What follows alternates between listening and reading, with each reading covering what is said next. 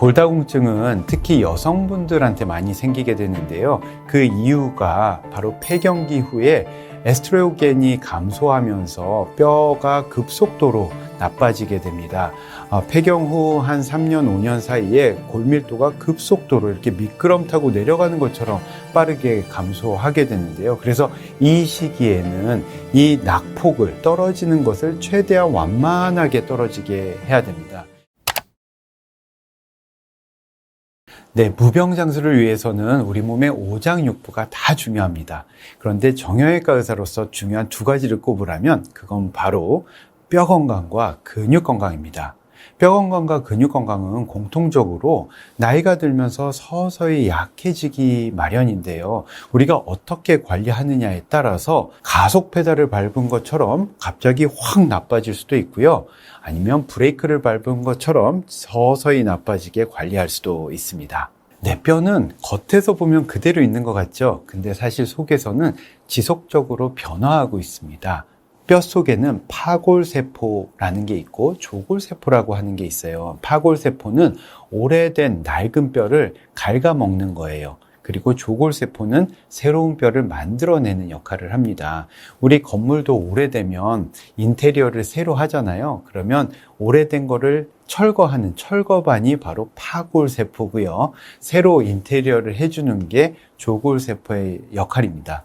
이 두 가지 세포가 균형을 이루어야 돼요. 그래서 적절하게 밸런스가 맞아야 새로운 뼈가 튼튼하게 유지가 될 수 있는 건데, 만약에 균형이 맞지 않으면 어떻게 될까요? 파골세포는 계속 열심히 일을 해서 파먹고 다니는데 새로운 뼈를 충분히 만들어내지 못한다면 뼈는 서서히 약해질 수밖에 없습니다. 우리 몸의 골밀도라는 것은요, 20대 중후반 정도의 최고치를 찍게 됩니다. 그리고 나서는 조금 유지하다가 30대 중후반부터는 서서히 이제 떨어지게 되는데요. 그 골밀도 감소량에 따라서 어느 정도 미만으로 떨어지면은 골감소증이라고 하고, 더 많이 떨어지면 골다공증, 뼛속에 구멍이 많이 생긴 골다공증이라고 진단을 하게 됩니다. 네, 뼈 건강 관리법은 나이에 따라 다릅니다.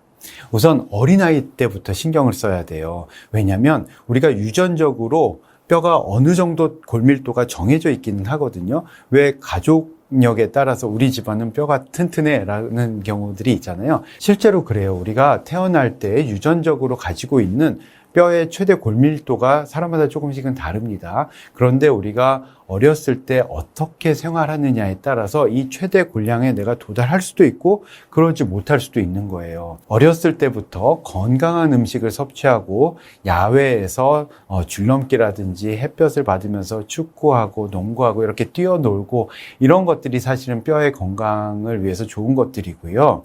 반대로 집 안에서 이렇게 스마트폰만 하고 요즘 게임만 하고 또 뭐 패스트푸드만 먹고 콜라 사이다만 많이 먹고 이런 생활을 많이 하면 내가 유전적으로 타고난 그 최대 골량에도 미치지 못하게 됩니다. 성인기에는요, 최대치에 달한 골량을 최대한 오랫동안 끌고 가야 돼요. 이게 빨리 떨어지지 않도록 해야 되는데, 그러려면 우리 몸에 나쁜 것들, 뼈 건강에 해로운 것들을 최대한 피해야 됩니다.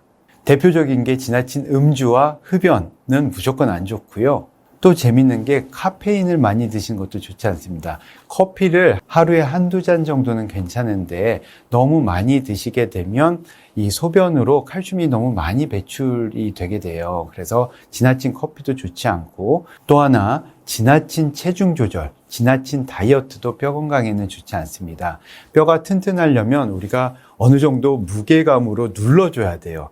이게 묵직하게 눌러줘야 우리 몸의 뼈가 계속 내가 튼튼해져야 되겠구나라는 자극이 있어야 새로운 뼈를 만들어내거든요. 근데 몸이 너무 가볍잖아요. 그러면 충분히 자극이 안 되는 거예요. 그러니까 너무 몸이 왜소하고 마르신 분들이 골다공증에 걸리실 가능성이 더 높습니다.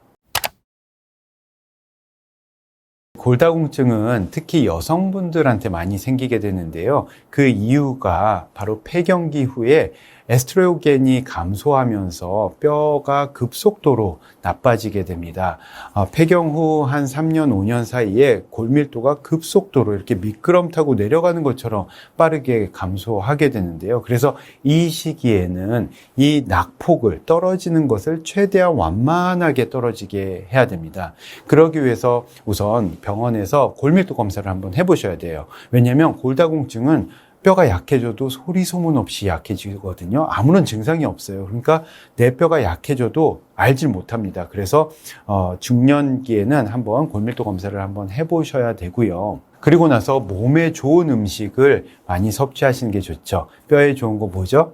칼슘, 비타민 D, 그 다음에 단백질도 중요합니다. 뼈의 구성 성분이 단백질과 칼슘 같은 무기질로 되어 있거든요. 그래서 그런 것들을 잘 섭취해 주셔야 되고, 야외 활동으로 비타민 D도 충분히 부족하지 않도록 관리해 주시는 게 좋습니다. 그리고 이때부터 근육 강화 운동, 그리고 균형 감각 운동을 통해서 넘어져서 뼈가 부러지는 낙상사고를 예방하는 게 중요하죠. 노년기에 들어서 낙상사고가 생각보다 많이 발생하고 있습니다. 그리고 뼈가 약해진 상태에서 넘어져서 뼈가 부러지면요, 그걸 이제 골다공증성 골절이라고 하는데요. 골다공증성 골절은 한 번으로 끝나질 않아요. 왜냐하면 전신의 뼈가 다 같이 골다공증이 오면 약해지잖아요. 그래서 한 번 부러진 건 나았지만 또 넘어져서 또 다른 데가 부러지고 또 다른 데가 부러지고 하는 경우도 많고요. 또 어르신들에게 고관절 골절 같은 경우에는 수술을 받더라도 몇 개월 동안 침상에서 요양을 하셔야 되거든요. 그러다 보면은 근육이 쫙 빠지면서 1년 이내에 돌아가시게 되는 경우도 상당히 많습니다. 그래서 노년기에는 뼈 건강뿐만 아니라 낙상사고 예방에 특별히 신경을 쓰셔야 됩니다.